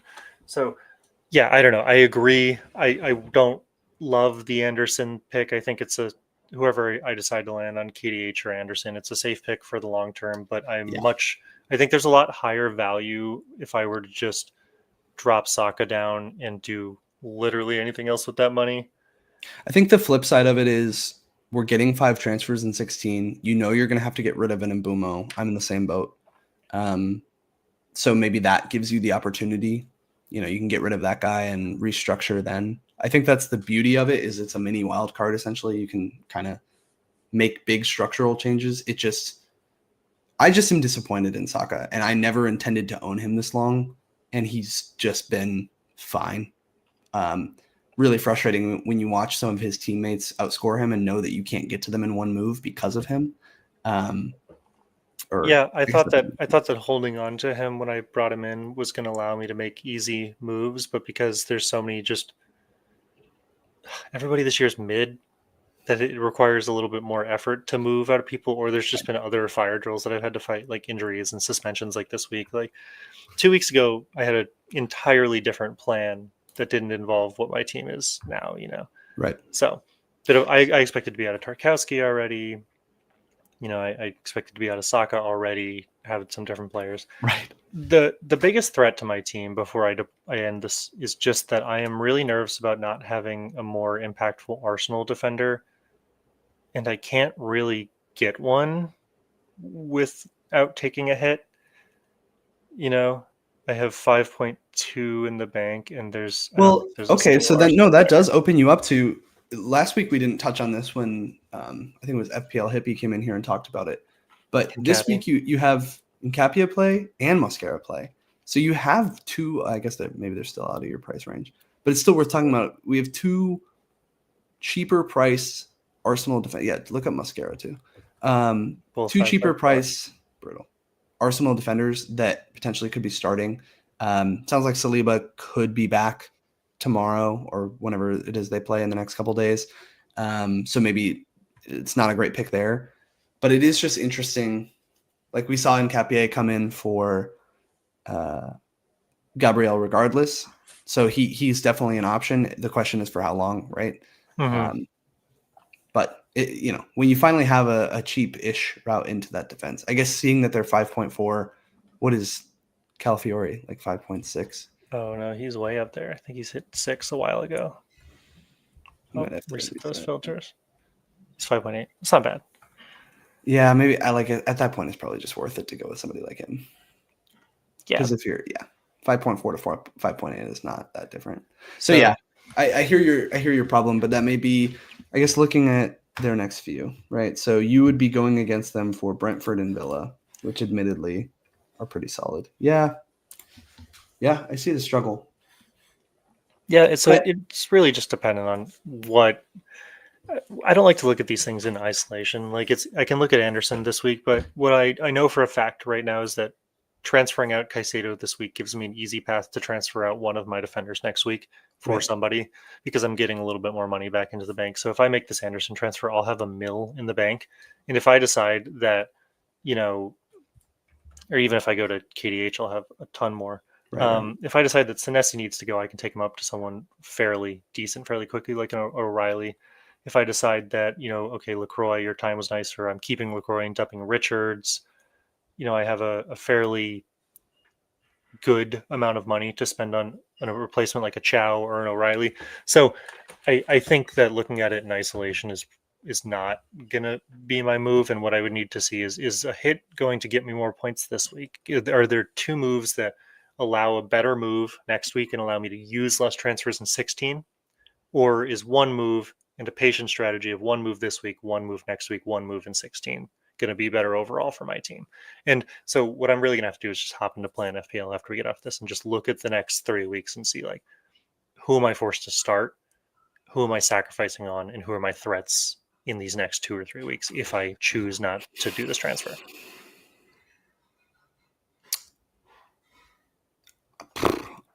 Give you a lot to think about there. No, I'm thinking. I'm really wondering if it's worth the hit right now, because now I'm seeing the vision. Because you could do, if you did Dewsbury Hall instead of Anderson, can you afford Senesi up to an Arsenal defender? Because I honestly think that could be worth the hit. Drewsbury Hall out, Senesi up to like Timber, whoever. Problem is Timber's so goddamn expensive. Oh yeah, you're still 3 off. Okay, so do Calafiori. Yeah. Yeah. So like, okay, pitch for this would be that Calafiori versus a Tarkowski, who's who you would probably start in his place this weekend, right? Is that what you said, or whoever you were going to play as your third defender? Anderson versus City because Senesi's suspended. Okay, so even more so. So either one of those guys, whoever you play, is probably not going to keep clean. You're not expecting that. And maybe in either of their case, the benefit of those guys is that they get DEFCON, so that's worth factoring in. But if you're confident that an Arsenal turns around and is able to keep it clean, like that's your 4 points made up for itself right there, right then, like immediately in 1 week. And that's not including the long term there. So yeah, I mean, we can I don't want to take up too much more time. We've talked a long time about me having one transfer. I'm impressed actually. But, so my original plan was just if we do it in a little more of a plan view, I'll bring in Anderson. So I bring in Anderson. That leaves me next week with Senesi will be back. Yep. Right. So I still don't know if I'd want to play him. So Anderson, I'd be comfortable playing against Chelsea, maybe not Senesi, or I could play Tarkowski versus a Forest if I wanted cover. So I think that this week is fine. If I just do that Anderson transfer. But if you had an Arsenal defender, you'd play him right then and there. Like, it wouldn't be a question. If Senesi's sitting on your bench / is somebody that you're looking to transfer out anyway, then you're factoring in as well the cost of that transfer. Yeah, I'm not sure if I'm looking to transfer out Senesi, though, because I think that I could cover these 2 weeks fairly well with the existing bench that I have. But I don't disagree with your point. I almost feel like it would be better to, if I were to make a hit transfer, get rid of one of my Palace guys because they go Fulham City, or just to bite the bullet on Tarkowski because he goes Chelsea Arsenal. But the Palace guys, like, you wouldn't want to take a hit on, you don't need to take a hit on them right now, right? Yeah. Your plan was to do that in 16, which is exactly when their fixtures turn. So like, I don't think there's any reason to priority move a guy out. The priority would be, hey, I'm starting Anderson versus City this week. Yeah. That's or Tarkowski versus Bournemouth, whichever one you choose. Like, so who are we talking about hitting for? We're saying instead of Anderson, we'll take. Are we still keeping Caicedo, or are we just getting rid of Anderson? So it would just be Senesi to an Arsenal defender, and then it would be Caicedo to whoever cheap mid you want, Dewsbury Hall, or I think that's where you have to go because Anderson might be too expensive. Yeah, let's see. We'll just drop in Anderson, see what I have, but I don't think it's that much. I think it's 0.9 in the bank. And you could take Senesi up to. I don't think the hit's worth it unless it's an Arsenal defender, to be straight. Like, I think that's the only team that you can trust to keep a clean sheet at that likelihood that it'd be worth it. Maybe an O'Reilly, maybe. Yeah, it's weird because if I could actually just play Semenyo versus City, but I don't want to play Thiago versus Arsenal, really. So that was something else I was going to ask you. So, all right, I take out. I guess the question is, if I take the hit, am I playing both players, right? So if I bring out Caicedo and I bring in Dewsbury Hall, who I cannot believe you have me seriously looking at, that's crazy. And then I bring out Senesi for, an Arsenal player. Calafiori. It's got to be Calafiori. Okay, sure. So this is the bench, which I'm fine with. I honestly would be starting Dewsbury Hall. The only reason I say it, probably over Minte or there you go. I agree with that. So that's not a bad team. I do that. I have money, and then we go into 15. And I mean, it does change the complexion a little bit. You'd probably look at starting Calafiori versus someone. It's just that Anderson probably, yeah. Yeah, I mean, I guess I won't really need Anderson for the next 2, and then I have Calafiori for Wolves and Everton. So it's not a bad move. Taking a hit could be good. It just might be a question of, if this is a low upside week, am I ending myself up in the cone because I took a hit because nobody's getting any points anyways? Well, let's see. What does it say? Arsenal, damn near 50% clean sheet odds. Right. Well, So I'm a little more open to this. I guess the problem is I don't want a Calafiore. I want a Timber, but I can't afford a Timber. Right. Um, Yeah. I'm a little more nervous about bringing in a Drewsbury Hall because even though he's looked good, I just trust in Anderson more. But the biggest fear that I have this week is just that I'm wildly exposed to the fact that I have very little in the way of Arsenal defense. And well, there's a lot of upside because I have the double in Richards and LaCroix. I'm still either forced to play Tarkowski versus Bournemouth or Anderson versus City, neither of which I Yeah. want to do. So I do think the Dewsbury Hall versus Anderson is pretty slim margins. Like I don't think that's too different over the long haul. It may be that with Dewsbury Hall you get a 12-pointer and a 2-pointer, and with Anderson you get a 4-pointer and an 8-pointer. So I think that's the difference in those two, and in which case, really the argument for me for the hit has nothing to do with either of those two guys. It's about the Arsenal defense and how consistent they're going to be at keeping cleans over the next couple. But I mean, I'm no skin off my apple, whichever way you go. It's more so just along the lines of if you knew that Arsenal was going to keep it clean for 100% certainty this week, then it'd already pay itself off, right? Like you would make that hit for sure because you're getting a free clean. And they're as close to a lock as you'll ever get in FPL, probably, for a clean sheet. Obviously, they haven't kept it in the last two, so worth noting. But yeah, it's an option. I'm not no skin off my apple either way. And if you're really set on the Anderson over Dewsbury Hall thing, then that's enough reason to not go there. I think the bigger question is more so though around just like, are you willing to take on the double Arsenal defense stuff long term? Yeah. What I really need term, to do is I'm just gonna have to look at 16 and be like, all right, in 16, who has to go? Because I have LaCroix and Richards, and so I mean, it is nice because if I do this hit and then in 15 I have another transfer and then I can still get rid of one of LaCroix or Richards for a Chow, which has been my entire plan. Because if I get rid of LaCroix in 15 and bring in interesting. I didn't realize you did that. I bring in Chow, then he's playing Burnley. So that's been my plan. So I like it. Enough about me though. Let's get on to you. I'm gonna just do some research. I think mine will be pretty quick. We're having pretty much the same conversation. We just had most of it for my team. Yeah, exactly.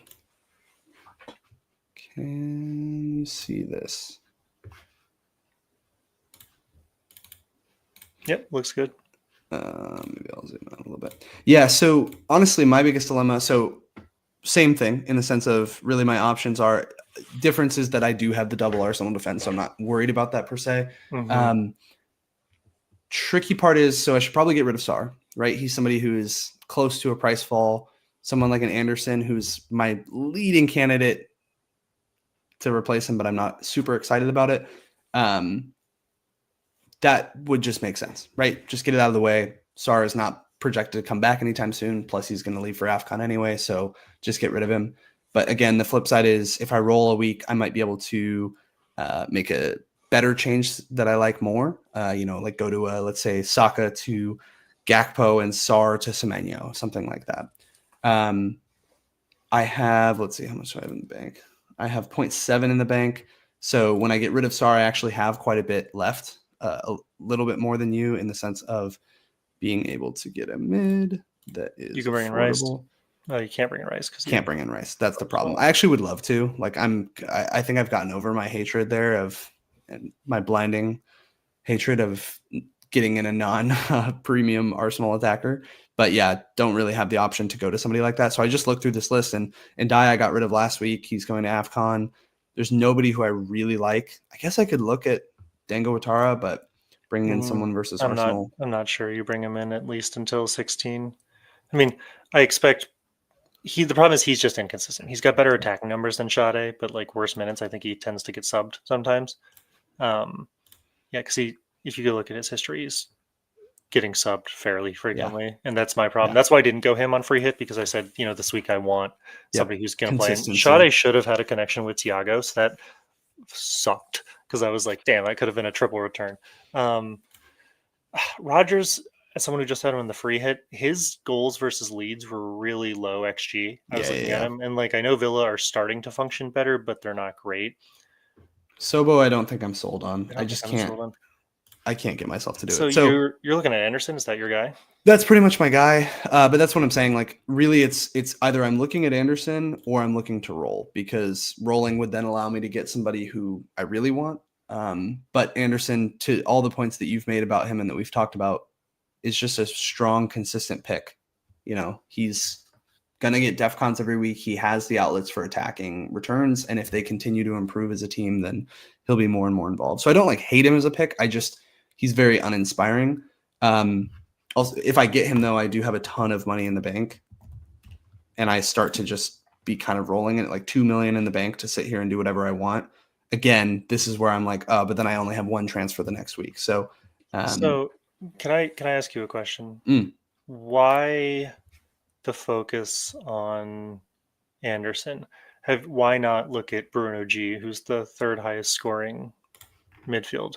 I honestly haven't looked at Bruno G at he's all. up there. He's in third, and he's not that much more expensive. And you've already said that money's not a problem. Yeah. I mean, the reason I bring that up is because in my situation, I'm looking at transferring my fifth attacker for a fifth attacker, or my fifth midfielder for another fifth midfielder, right? So whether that's KDH or whether that's Anderson, they're still my lowest guy on the totem pole, leaving you the fairly nice spread of money in my midfield with Saka, Minte, Mbumo, and Semenyo. Mbumo is going to have to go soon, probably up to a Bruno based on the United fixtures. But if you bring in an Anderson, all of a sudden you have two guys sub 6 and another guy Right. sub and another guy at 6.1 only because the prices rise. So I don't like if Anderson in my mind is a fifth attacker, right? I don't know if you need to bring in someone quite as cheap as him. You're not in the same situation where I am. Yeah, literally the only it's the thought process of going with him was looking through this and going, I guess he's the best of this group. I don't really love anyone here. I guess Kudus is another one, but no, Jesus Christ, never mind.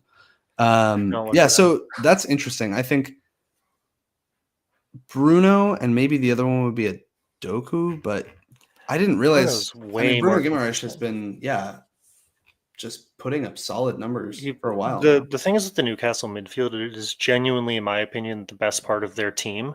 From their midfield is great. He gets decent DEFCONs. He's very involved in the attack, and the Newcastle fixtures are turning in a pretty great way. Like they're ranked some of the highest on the fixture tickers, out to like 20, if I recall, from my free hit research a couple of days ago.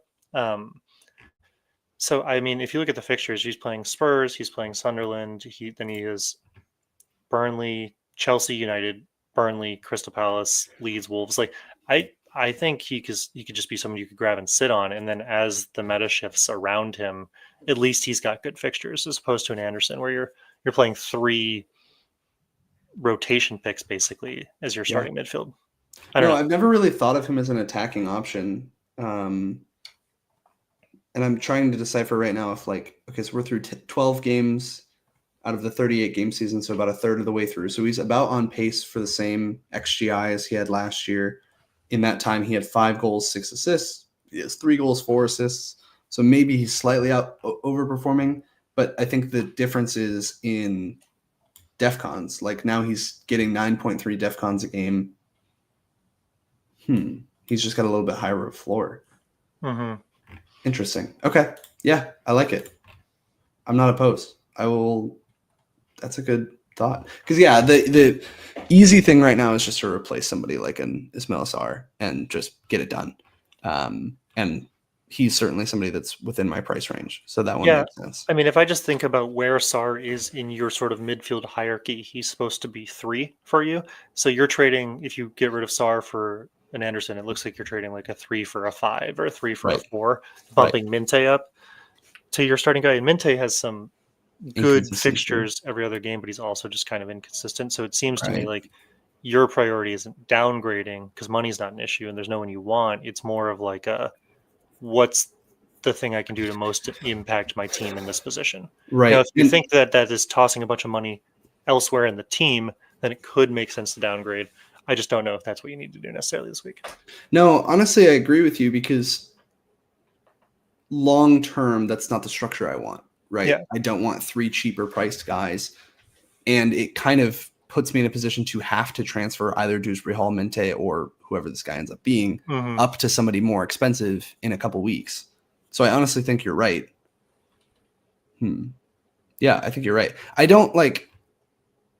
I think the problem is that there's no one. If I just had a little more, I would honestly just go Gakpo and go for somebody who's a little bit more of a flyer and it's just a little bit more fun, and there's more upside to. But to your point, like having somebody who's just a consistent, stable guy in the middle there isn't. Well, if you're not concerned about rolling and taking a little bit of a price hit, then maybe it's just as simple as, I mean, who does Mbumo play next week? Wolves.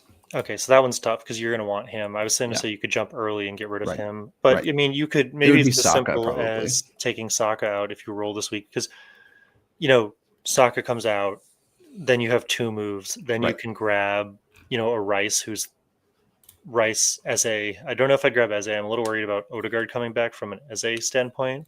Although I could do Rice and you do Rice and Semenyo Bruno, you could do something. Rice and Semenyo, you have more information. You know, Rice and Fernandez, like that could I could even do like it's a Rice and Fernandez double up against Wolves. Or excuse me, it's a Fernandez and Mbumo double up against Wolves as well. You could do Bruno and Fernandez, Bruno and Rice. I could even do like a if we wanted him back, like a Palmer. Because what I need to do is I need to improve my defense. Your defense is actually quite solid. Right. So you're looking to improve your midfield. And therefore I think that transferring in Anderson is just not accomplishing it's kicking it. Yeah, it's kicking it down the line. And I think Thiago is somebody who I want to hold long term, probably. Mateta is somebody who I do eventually want to get rid of, but not yet. Probably in the next couple of weeks, which will also afford me more money to yet again invest in the midfield. Exactly. And Mateta is so much more expensive than all of the other playing forwards that you're realistically going to transfer in over the next couple of weeks, that he's a 1-to-1 anyways, because it's most certainly a downgrade. Like the only forward that is more expensive than him is like a Gyökeres, who I'm not convinced about, an Ekitike, who I'm not convinced about, or a Watkins, who I'm not convinced about. So you're almost assuredly able to solve the Mateta problem in one move. Yeah, okay. So I think what you're saying and what I'm taking away from it is either spend the money today on somebody who is similar structure-wise to Sar, right? Similar quality to Sar, and just stick with that structure. Upgrade somebody else later, do that thing. Or roll it and significantly upgrade the structure next week. Obviously, with the caveat of taking a probable price hit. Yeah. Okay. Yeah. The last thing I want to say, though, this week is that you brought it up earlier that this might be a week where if we know Mateta's tired and he's playing an awful Burnley, he gets rotated. So this becomes the point where it's time to start improving our benches a little bit. And I'm just a little worried about having, this is more of a me thing, but you also are in the same boat. I'm having one playable outfield defender right now. And it's not even Mateta specific in that sense, right? This is our first midweek fixture in a little while. So anybody could get rotated. A surprise rotation is very much so on the. It could be Saka. It could be. I mean, Minta doesn't have midweek, so he's going to play. It's probably somewhere with like most of the Tarkowskis, but it is something to be aware of. With anybody could be subbed. With any of the teams with Europe. Yeah. Okay. All right. Lots to chew on with that. I think you make some really good points. I was thinking of it a lot more like in isolation, 1 week type of vibe, and. You're right. I need to be thinking about it more long term. All right. Classic Two Nerds podcast. Yeah, Data Boys pod. Data Boys pod. All right. Well, we will catch you guys next time. Feel free to check this out before Gameweek 14. And good luck to everybody out there. Catch you next time. Guys, see you.